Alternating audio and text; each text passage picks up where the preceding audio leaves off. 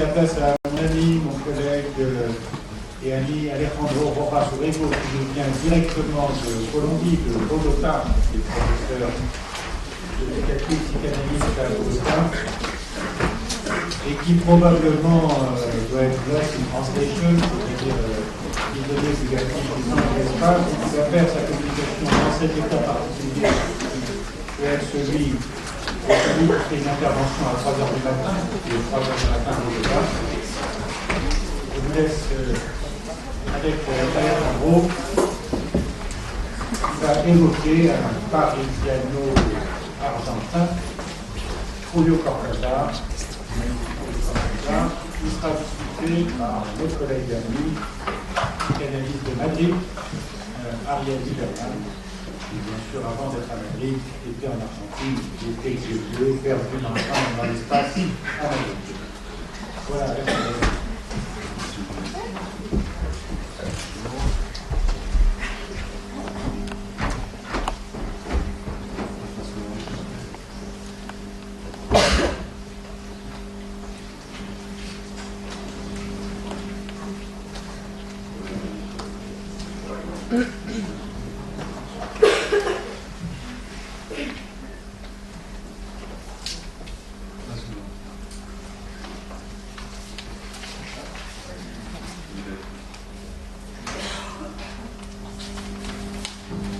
Vous arrivez? Si, il marche.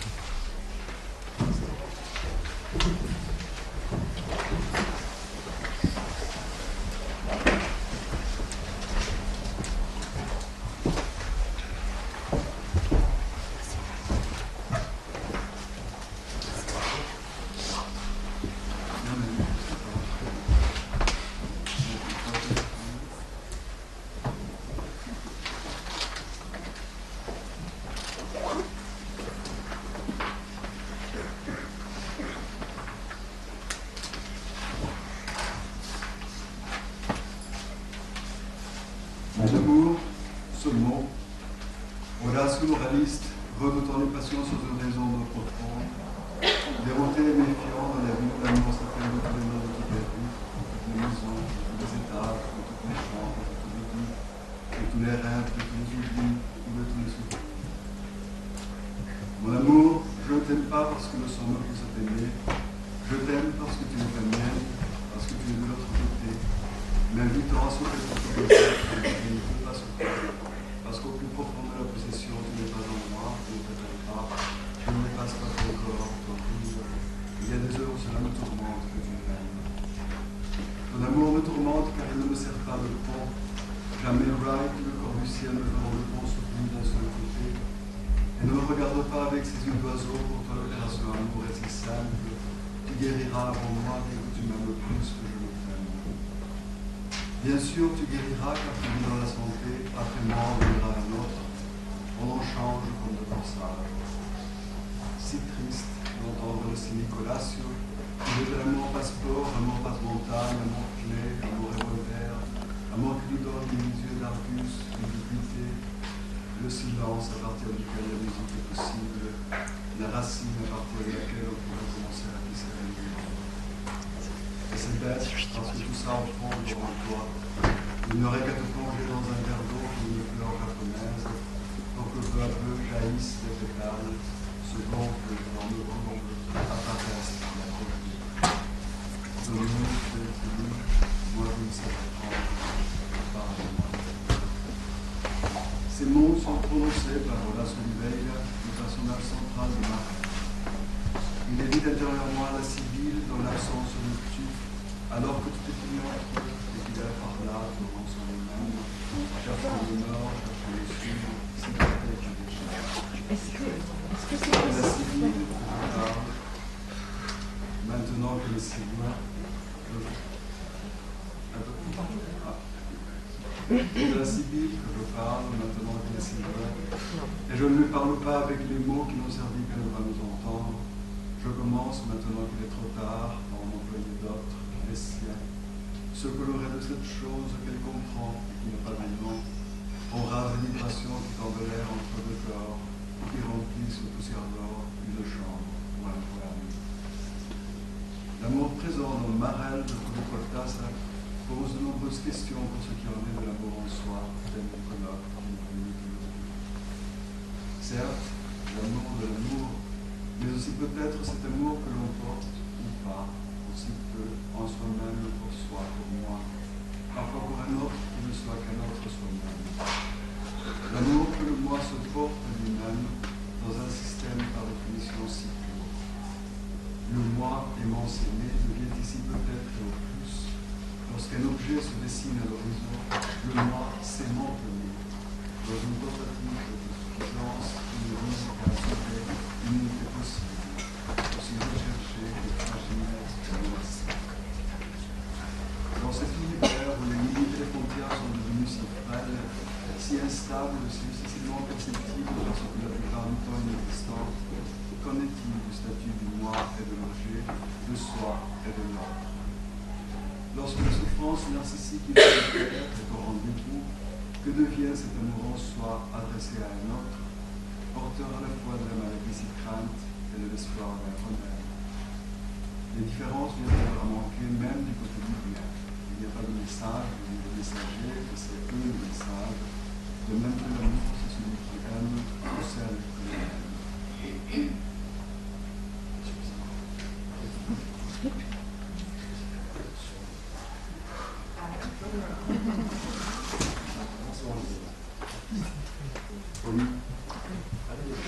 Oliveira ne sait pas, n'a pas le moindre idée de ce qu'est le bon chemin. Il n'a aucune idée en positif sur quoi que ce soit, pour lui, c'est en négatif.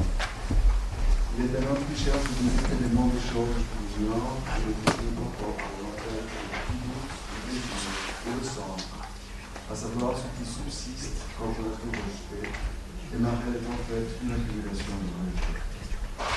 Oliveira évolue peu à peu tout sur son passage, et quand je retrouve les femmes, les choses, le temps, les idées, car après avoir étudié tout ce qu'il voulait étudier, il a alors l'espoir de pouvoir réinventer la vérité, de pouvoir enfin se réinventer. Et tel qu'elle désespérait qu'il passerait par un événement extrême de soi et du monde, jusqu'aux extrêmes de l'être et jusqu'à la non-existence, car Horace incarne pour nous l'être qui bascule dans le non-être afin de se retrouver enfin, quitte à se perdre pour toujours, nous rappelle inévitablement cette formulation essentielle pour le psychanalyste que nous sommes. Il n'y a qu'à partir de la non-existence que l'existence peut commencer. Condamné à une recherche sans rencontre promise, ni définie, ni définitive, Horace Oliveira fera appel à un autre en parcourant la voie probable de l'amour. La véritable activité, faite de délicats actes, de merveilleux ajustements avec le monde, ne pourrait s'accomplir avec un seul terme, à la main tendue que devait répondre notre main, venu de l'autre. Cet autre prendra plusieurs noms dans le roman, mais c'est surtout celui de la Sibylle que nous souhaiterions retenir, et c'est de leur amour impossible que nous devons préférer ce qui suit. La Sibylle, Lucia de son vrai prénom, une femme qui soigne son enfant, comme cela le cas dans plusieurs nouvelles de Cortázar, saurait peut-être lui indiquer le chemin pour l'aider à construire ce passage vers l'autre côté, où pourrait vivre ou se sentir enfin une véritable soi. Elle pourrait, elle, donner réponse à cette envie de partir de quelque chose, l'envie qu'il pleuve là-dedans, qu'il se met enfin à pleuvoir et que ce sont à terre les choses vivantes, enfin les choses vivantes. Elle serait, elle, et nous serons chance à l'illusion, à la création, à la désillusion, à une continuité d'existence qui fait tellement de fois audace, d'une façon profonde et douloureuse. Une telle faille se manifeste autant dans une dissociation entre l'esprit et le corps que son impossibilité de siéger dans son être. Et l'irritation de penser à cela, en sachant que, comme toujours, il me coûtait beaucoup moins de penser que d'être. Que dans mon cas, le ergo de la petite phrase n'était pas si ergo, ni rien qui me ressemble. C'est très simple. Toute exaltation, toute dépression me poserait un état propice, une attitude instantanée à sortir de moi-même pour m'attendre aussitôt dehors, et du dedans sur un autre plan, comme si j'étais quelqu'un qui le regarde. Mieux encore, car en réalité, je ne me vois pas comme quelqu'un qui serait en train de me vivre. Les résonances dans lesquelles propos d'un homme qui ne se voit pas, à la recherche recherche du regard d'une femme qui serait surtout une mère voyante et de Sibylle aimante et aimée sont évidents. Horacio Oliveira, c'est un vingtaine de la quarantaine, débarqué le jour à Paris sans trop savoir pourquoi ni comment. Il sait par contre qu'une vie futile et absurde. Faute de trouver une issue à aller chez soi, il s'y jette éperdument en sentant que ce n'est qu'en vivant absurdement qu'on pourrait peut-être rompre cet absurde intime. Peut-être vivre absurdement pour en vivre avec l'absurde. Se jeter en soi-même avec tant de violence que le saut s'achève dans les parlements. Et entre-temps, il persiste à s'attendre, parfois inutilement, à se chercher selon son résultat. Il continue à avoir un si grand besoin de s'approcher de lui-même, de laisser tomber tout ce qui laisse part de ce qu'il appelle son centre, quel qu'il soit. Cette existence même que j'essaie parfois de décrire, ce Paris où je tourne comme une feuille morte, ne serait pas visible s'il ne battait derrière cette angoisse axiale la rencontre avec le monde. Que de nomenclature pour un âme désarmant. La quête d'Oliveira se situe du côté de l'être et de l'unité. La recherche d'un soi unitaire dont il ressent le manque fondamental, absence d'assise qui le plonge dans la détresse, unité qu'il voudrait chercher et trouver tout d'abord dans l'austérité, voire dans la scène, car il est un cathare existentiel, impur, cherchant à se dépriver du tout, de l'intelligence, de la raison, de la conscience, de l'imagination, et surtout du langage. Il prétend changer la réalité en commençant par la sienne, avec une défiance permanente vis-à-vis du caractère trompeur d'un langage qui ressent chargé de tout ce qui porte de négatif du passé. Un langage qui s'impose parfois aussi prendre de réviser, de nettoyer. Une certitude d'un je suis qui ne passe pas par les mots, mais par l'évidence de l'expérience. Appréhender son unité sans être un héros, sans être un saint ni un criminel, sans renoncer non plus à une essence qu'il ne parvient pas encore à préciser, mais dont la perte serait vécue comme une trahison. La question de l'unité le préoccupait car il sentait bien qu'il était très facile de tomber dans les pires prières. Le temps qu'il était étudiant vers 1930, il avait découvert avec surprise d'abord, mais revenu ensuite, que l'état de type s'installait confortablement dans une soi-disant unité de personnes, qui était une simple unité linguistique et une sclérose prématurée caractère. Il voudrait se frayer un passage jusqu'à une réconciliation totale avec soi-même et avec la réalité qu'on a vue. Parvenir à la parole sans la parole et sans conscience raisonnante, appréhender l'unité profonde, quelque chose qui montrera enfin le sens de ce qui probablement se bornait à être là.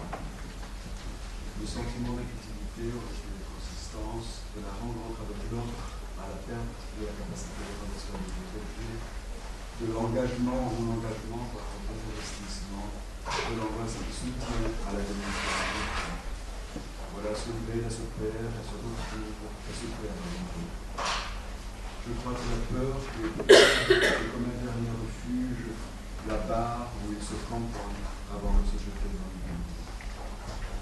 Ainsi, dans le passage si pénible du sommeil à la veille, avec les restes d'un paradis entrevu en rêve et qui prendra présent sur soi comme les cheveux d'un noyer, tu tombes en toi-même et pendant que tu te brosses les dents, c'est comme si le lavabo blanc t'absorbait, comme si tu glissais par ce trou qui enveloppe le tas, la membre, la châssis, les pellicules, la salive, et tu te laisses glisser avec l'espoir de retourner peut-être à autre chose, à ce que tu étais avant de te réveiller, qui flotte encore, qui est encore en toi, qui est toi-même, mais commence à son amour. Oui, pendant un moment, tu tombes à l'intérieur jusqu'à ce que les défenses de la veille, au-delà de l'expression, au langage, se chargent de ta réplique. C'est une expérience pratiquement existentielle, avec les voleurs du ciel impétentieux. Certainement, mais tout dépend de la loi de l'exemplarité. Moi, le lavabo m'avale pour le mot. Les mots qui tentent de traduire en paroles ce qu'un Francis Bacon exprime souvent en image, la possibilité de communiquer la douleur de l'incommunicable. C'est donc à Paris que Horacio part à la recherche d'un soi jamais admiré. Paris, cet énorme métaphore où il pressent comme un certain lieu, une certaine langue, une certaine rencontre de tout rien de Dieu. Une trouvailles qui doit passer à votre frontière, par l'éprouver et le sentir et non par le penser. Paris est un centre, un endroit qui peut parcourir son dialectique, un labyrinthe où les formules pragmatiques ne servent qu'à nous perdre. Alors un cogito qui soit comme respirateur, entrer en lui en le laissant entrer, néoma, néomos. Dans ce lieu, ce centre où il pourrait rencontrer enfin l'amour incarné dans l'assemblage, entrer en lui et le laisser entrer.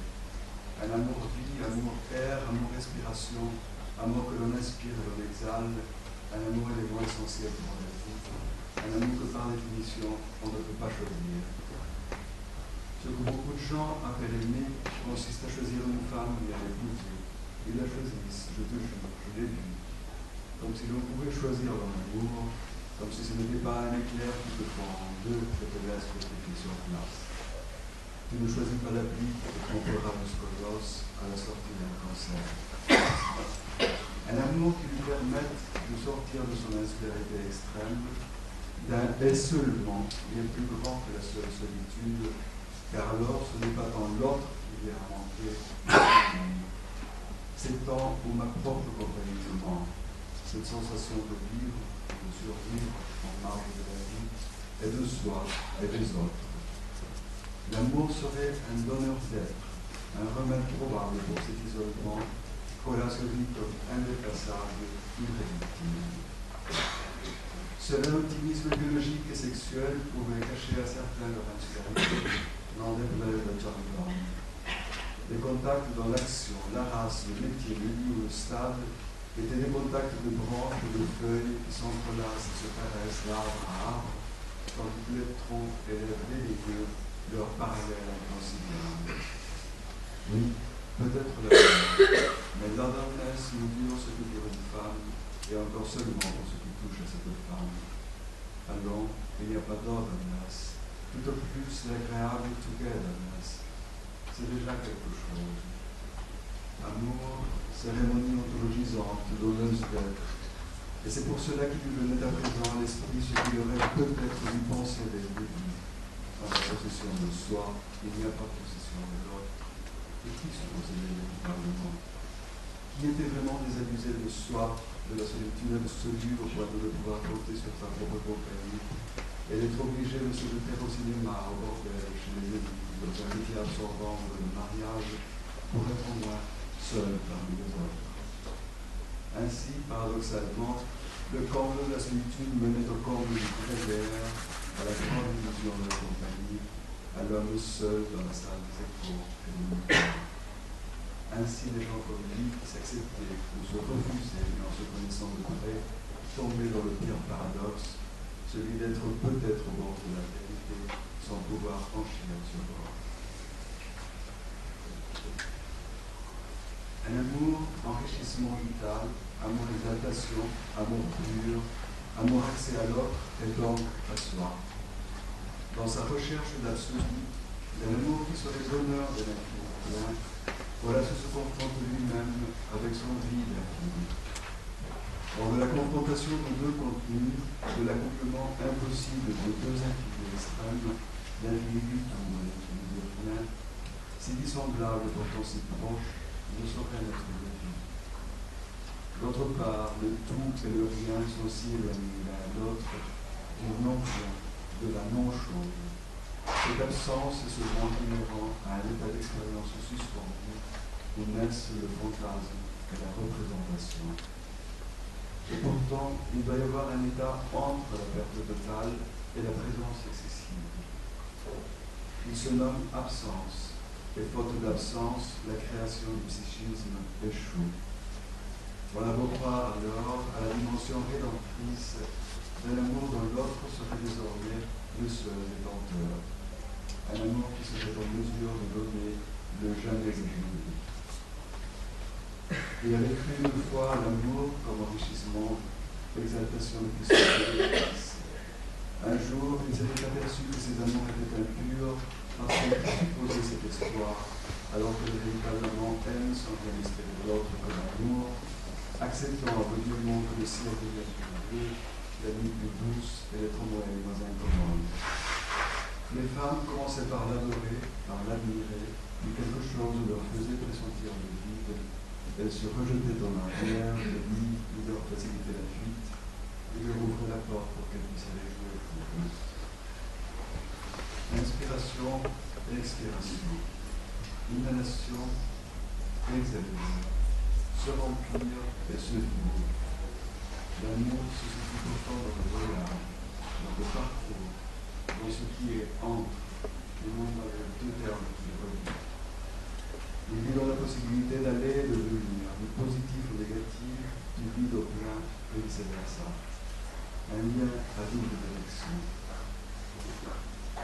Horacio et Sibylle se sont rencontrés un jour sans se chercher, tout en étant persuadés, comme ils le furent toujours, qu'une rencontre fortuite était ce qu'il y avait de moins fortuit dans leur vie.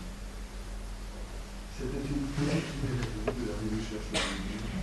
C'était un ciel si bleu, si calme, c'était le soir à l'heure, c'était les fleurs dans le coin de Paris penchant comme la l'église, c'était le verbe au commencement.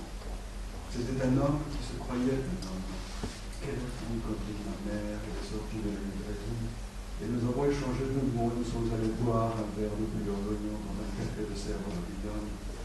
À propos de métaphore, moins délicatement solennelle, récemment déballée, indolique, et elle, Babylone, assez vite en chemin antérieur, primal being, terreur et délice des commencements, romantisme de talent des électriques qui attendent le nirvana. Et c'est ainsi que Sèvres s'en alla avec Babylone, prendre un verre de bouillon d'oignon.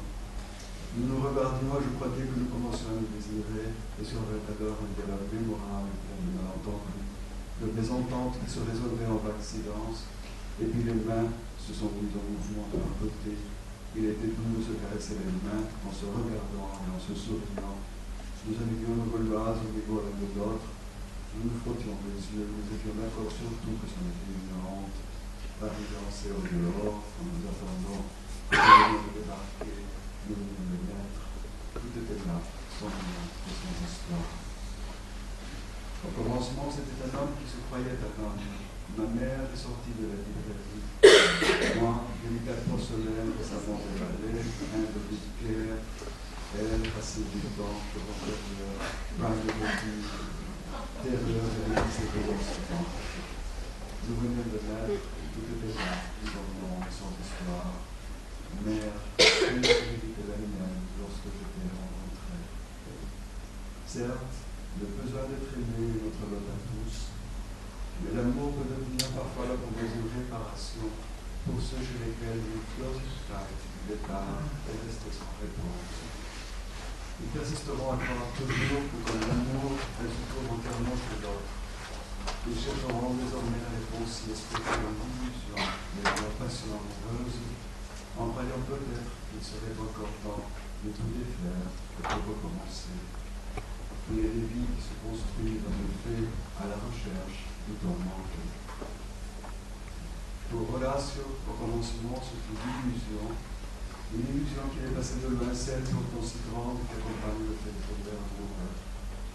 Enlacé à la Sibylle, cette progression lumineuse, Horacio découvrait une illusion sans temps, inscrite dans son être depuis toujours, une illusion qui se réaliserait un jour et mettrait fin à une enfance interminable.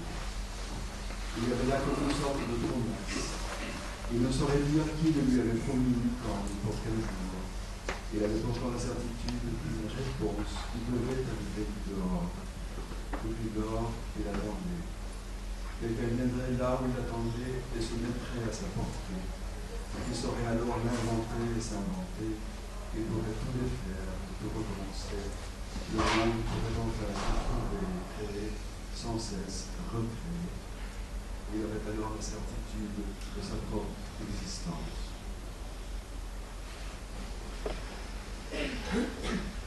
Tes lèvres. Je touche d'un doigt le bord de tes lèvres. Je dessine ta bouche comme si elle laissait de ma main, comme si elle s'entrouvrait pour la première fois. Et il me suffit de fermer les yeux pour tout défaire et pour recommencer. Je fais naître chaque fois la bouche que je désire, la bouche que ma main choisit et qu'elle dessine sur ton visage. Une bouche choisie entre toutes, choisie par moi avec une souveraine liberté pour la décider de ma main sur ton visage. et qui par un hasard que je ne cherche pas à comprendre, coïncide exactement avec la bouche qui s'ouvrit sous la bouche de l'homme qui dessine. Tu me regardes de tout près, tu me regardes de plus en plus près, nous jouons au cyclope. Nos yeux grandissent, se rejoignent, se superposent, et les cyclopes se regardent, respirent contre nous. Les bouches se rencontrent, nous te tiennent avec nos lèvres, brillant à peine la langue sur les dents, jouant dans le concert du va-et-vient, pesant dans un silence et un parfum ancien. Alors mes mains s'enfoncent dans tes cheveux, caressent lentement la profondeur de tes cheveux, tandis que nous nous embrassons, comme si nous avions la bouche pleine de fleurs ou de poissons, de mouvements vivants, de senteurs profondes. Et si nous mordons la douleur est douce, et si nous sombrons dans nos haleines mêlées en une brève et terrible noyade, cette mort instantanée est belle, et il y a une seule salive et une seule saveur de brûlure, et je te sens trembler contre moi, comme une lune dans l'eau. Illusion, l'amour est aussi une passion, et la passion d'aimer, c'est le plus pâtir, le plus subir. À la vérité primordiale de l'univers pulsionnel, il faut ici ajouter celle de l'irréductible de l'objet. La dépendance extrême du semblable qui en résulte, de par sa différence, car autrefois soit, lorsque l'illusion éclate de façon prématurée en morceaux, s'il est alors sentir comme une menace vitale. Au fond, dira Horacio Pizarro, la Sibylle a une vie personnelle, même si j'ai du temps pour l'apercevoir. Dans la passion de l'amour, quelque chose par les lumières peut être indifférent. Ainsi, ceux qui sont exposés à l'orgueil s'amarre sur les flottants pétieux de l'amour prennent le risque d'affronter l'expérience douloureuse et effrayante du naufrage. Ils chercheront pourtant la réponse si espérée dans notre corps, parfois dans ce deuxième corps à corps où l'amour joue sans cesse à s'inventer. À l'inévitable défaite, on sera immanquablement nôtre, la répétition du nombre des échecs, un jeu auquel on doit perdre mais qu'il a été pour jouer. Voilà sur la Sibylle, après rasséiner dans les chambres du petit hôtel, ils réinventèrent encore une fois cette cérémonie du plaisir ultime, avant et après lequel le monde éclate en morceaux, quand il faut nous mettre nouveau, doigt par doigt, lettre par lettre, ombre par ombre. Oliveira aimait faire l'amour avec la Sibylle, car il n'y avait rien de plus important pour elle, même si d'une manière incompréhensible elle restait comme en deçà de son plaisir, le revenant parfois s'y accrochant, le prolongeant désespérément. C'était alors comme un éveil, comme apprendre son véritable nom. Puis elle retombait dans une zone un peu crépusculaire qui enchantait Oliveira, car il se mettait de perfection. Mais elle souffrait véritablement quand elle revivait à ses souvenirs.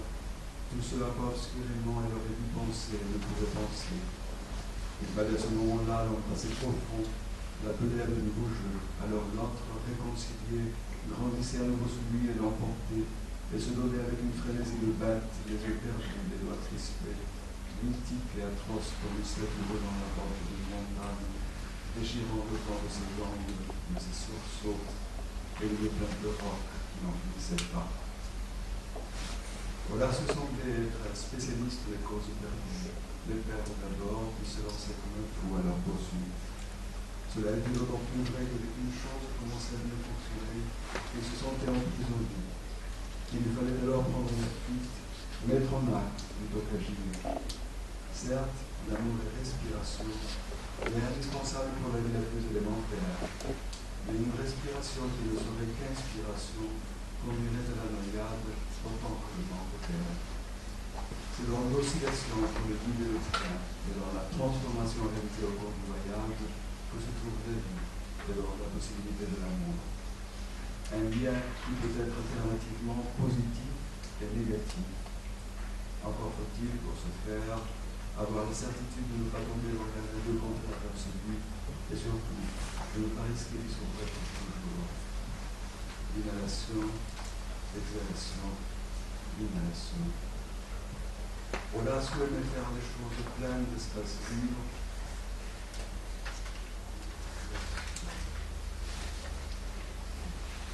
Il aimait que l'air entre et sorte plutôt. Il aimait aussi avec le livre, le crâne et les plus La Sylvie a compris très vite quelle douleur elle mettait au lasso et combien elle serait impuissante à y porter remède. Ailleurs, pensait-elle, il serait moins triste. Ici, tout le blesse, tout lui fait mal, même l'esprit lui fait mal. Elle avait compris que l'unité qu'il recherchait était faite de choses très belles, mais mortes. Elle voulait que toutes les choses de sa vie se rassemblent et qu'il puisse les voir en même temps. Elle avait compris qu'il était en danger, ça se voyait, c'était comme une sirène en bas, car l'absence dont il pâtissait était bien la sienne. Dès lors, il ne pouvait que s'attendre dehors, survivre en noir de la vie, s'affronter du monde. Voilà, toi tu es comme un tu es celui qui va au musée et qui regarde les tableaux. Je veux dire, les tableaux sont là, tu es dans le musée, très loin. Moi, je suis un tableau, Boccarat est un tableau, cette pièce est un tableau. Tu crois que tu es dans cette pièce, mais ce n'est pas vrai. Et tu regardes la pièce, tu n'es pas dans la pièce. Pourtant, n'en déplaise à la civile, Ola ne parvenait même pas à regarder la pièce, il ne pouvait que la désirer, la définir, la décrire. Les mots, toujours les mots, ces chiennes noires qui mordent et se vengent comme elles peuvent, allons, en guerre contre le mot, en guerre contre le recul devant rien, même s'il faut renoncer à l'intelligence. Oublie les chiennes, arrière note, nous avons pensé ce qui s'appelle penser, c'est-à-dire sentir, se situer par rapport et se confronter avec, avant de laisser le passage à la moindre petite phrase principale subordonnée. Certes, les mots et les pensées deviennent un obstacle lorsqu'il s'agit de parvenir enfin à sentir, à recours. Mais comment s'en déprendre lorsqu'il constitue la seule colonne vertébrale de l'être? Comment les lâcher, larguer les amarres, sans risquer d'être emporté par des causes inconnues? Voilà se tenait à appréhender les dangers qui couraient comme des dangers métaphysiques. La Sibylle savait pourtant qu'il y avait des fleuves métaphysiques et que c'était dans un de ces fleuves qu'il se jetterait un jour. Il y a des fleuves métaphysiques, mais c'est elle qui les nage, comme cette hirondelle nage en l'air, tournant facilement autour du clocher, se laissant tomber pour les rebondir ensuite avec l'élan. Je décris, je définis et je désire ces fleuves, elles les nagent. Je les cherche, je les trouve, je les regarde du bout du pont, elles les nagent. Et ne les sépare, comme cette hirondelle. Elle n'a pas besoin de savoir comme moi. Elle peut vivre dans le désordre sans qu'aucune conscience d'ordre ne la retienne. Ce désordre est son ordre mystérieux, cette poème du corps et de l'âme qui nous retremble les portes du phare. Sa vie de désordre pour moi, enterrée dans des préjugés que je méprise et que je respecte à la fois. Moi, condamné à être irrémédiablement absous par la Sibylle, qui me juge sans le savoir. Ah, laisse-moi entrer, laisse-moi voir un jour par terre. Inutile, condamné à être absous. Juge inouï, juge à cause d'un seul regard qui me m'évanouit, juge parce que stupide, malheureuse, égarée, obtuse et moins que rien. À cause de tout ce que je sais avec mon ami à savoir, mon épuisement rouillé universitaire, mon cultivé, à cause de tout cela, juge. Il soit tombé hirondelle et avec ses ciseaux effilés qui découpent le ciel de Saint-Germain-des-Prés, arrache ses yeux qui regardent sans voir. Je suis condamné sans appel, vite cet échafaud bleu où me hisse les mains de la femme qui soigne son enfant. Vite la peine, vite l'ordre mensonger d'être seul et de retrouver notre science, les sciences, la conscience. Et avec toute cette science, une envie inutile d'avoir quitté quelque chose, l'envie qu'il pleuve là-dedans. Il se met enfin à vouloir, que ça sente la terre, les choses vivantes, enfin les choses vivantes. Condamné sans appel, à la solution, à la peine de mort, ou à mourir de peine. Pour mon amour, il me manque, il a fait mal à la peau, à la gorge. Chaque fois que je respire, c'est comme si le vide entrait dans ma poitrine, et tu n'es pas. Voilà ce que l'esprit des peu, sans le savoir, au-delà des apparences physiques d'un amour lié en deux adultes, que cette femme qui soigne son enfant pourrait enfin devenir un jour une mère, la sienne. Un terme serait ainsi posé à un supplice qui n'en finissait pas. C'était cela peut-être la réponse si attendue. S'il avait pu seulement parvenir à être cet enfant que la femme soigne, son seul enfant qu'il aveugle. La tragédie d'un Oedipe dans les yeux qui regardent sans voir, aurait été arraché toutefois par une mère qui lui prêterait les siens pour qu'il puisse voir et vivre et comprendre enfin. Une mère voyante qui vit et voit et comprend pour lui. Quel choix impossible entre l'absence de vie et une vie où quelqu'un serait en train de vivre. À moins que ce ne soit plus les yeux qui se superposent, les respirations, les cyclopes qui se confondent, mais deux vies, deux psychés. La superposition et la confusion qui en résulte peut devenir alors la seule manière de se sentir vivre. Elle pense, donc je suis. L'être sera désormais toujours en quête d'un objet irremplaçable avec lequel rien ne sera réalisé. L'amour infantile est son mesure. Il réclame l'exclusivité, il ne se contente pas de fragments, d'empreuves. Certes, mais il est des mesures plus telles par son réponse, il faut une passion son mouvement, son commande, souffrir, fatiguer, subir. Nous savons que l'expérience d'omnipotence relève essentiellement de la dépendance, alors qu'une certaine omnipotence suppose qu'on désespère de pouvoir dépendre de quelqu'un. Omnipotence du sujet, omnipotence de l'objet, certaines détresses feraient pencher la balance plutôt du côté de la deuxième, sans oublier pourtant la source infantile de cette toute-puissance conférée à la mère de tout ce monde. Les trois liens positifs qui conforment la véritable passion se trouveraient alors entièrement dans l'autre, n'ont-ils une puissance sur soi plus que d'un pouvoir. Seul l'autre peut aimer, haïr et connaître. Et vivre donc. Du côté du sujet, tout au moins dans son véhicule le plus essentiel, à savoir celui où réside son essence, il ne resterait que des éléments négatifs, l'impression absolue. La puissance, à l'inverse, est entièrement attribuée à l'objet. Puissance qui est toujours plus ou moins divine ou héroïque, en tout cas surhumaine.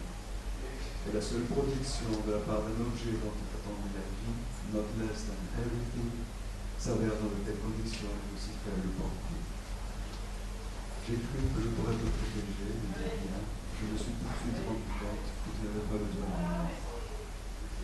La Sibylle avait compris, mais elle s'était trompée en croyant que là, on n'avait pas besoin d'elle.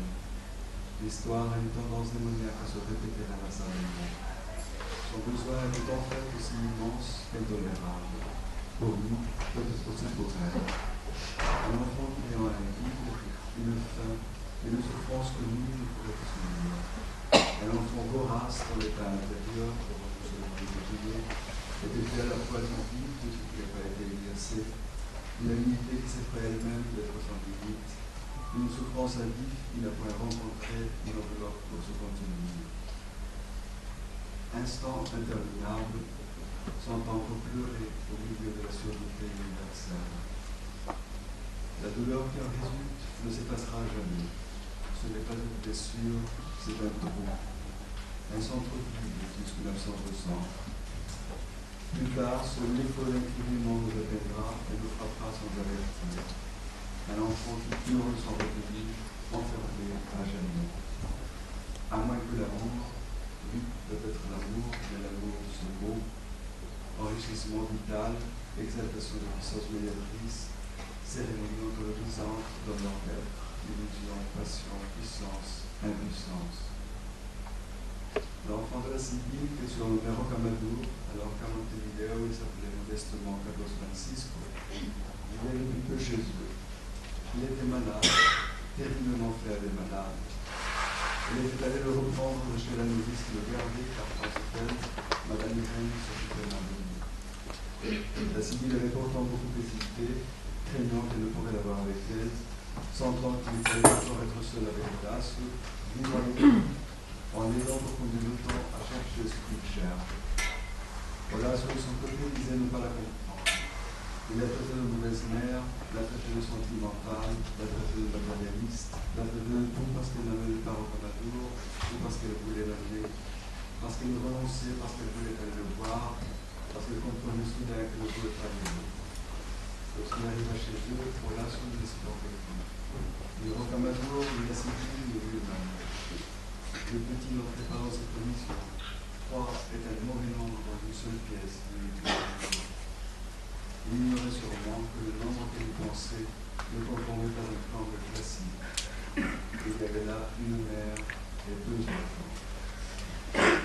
Ils se sont encore vus le soir au Rocamadour du Bachemont. Voilà se sortit sans dire un mot, sans se retourner, alors qu'il savait qu'elle le regardait. Il enfonça les mains dans les poches de sa canadienne et marcha vers la porte. Quelque part, le corps essentiel s'était rempli, avec l'amour de Rocamadour, quelque chose que de mourir de ses envies. Voilà se sentait bien qu'il avait démoli ses maisons. En lui, rien n'était plus à sa place. Le désordre triomphait et courait à travers la maison. Il y avait là des étoiles et des morceaux de clarté, des poèmes comme des soleils et d'énormes visages de femmes. Chaos, confusion, désordre. Cela soudain grandissait et sa musique atroce, plus atroce encore que le silence feutré des maisons bien cirées de ses irréprochables parents. Mais à présent, un homme respirait à faire haleine, se sentait vivre jusqu'au délire dans cet acte même de contempler la confusion qui l'entourait et de se demander si tout cela avait un sens. Il faudrait tout recommencer, mais ailleurs et surtout autrement. Il avait espéré une fois qu'il rencontrerait ces plis de la vie, ces manifestations inattendues d'une chose qu'on ne soupçonnait même pas et qui soudain mettent tout en question.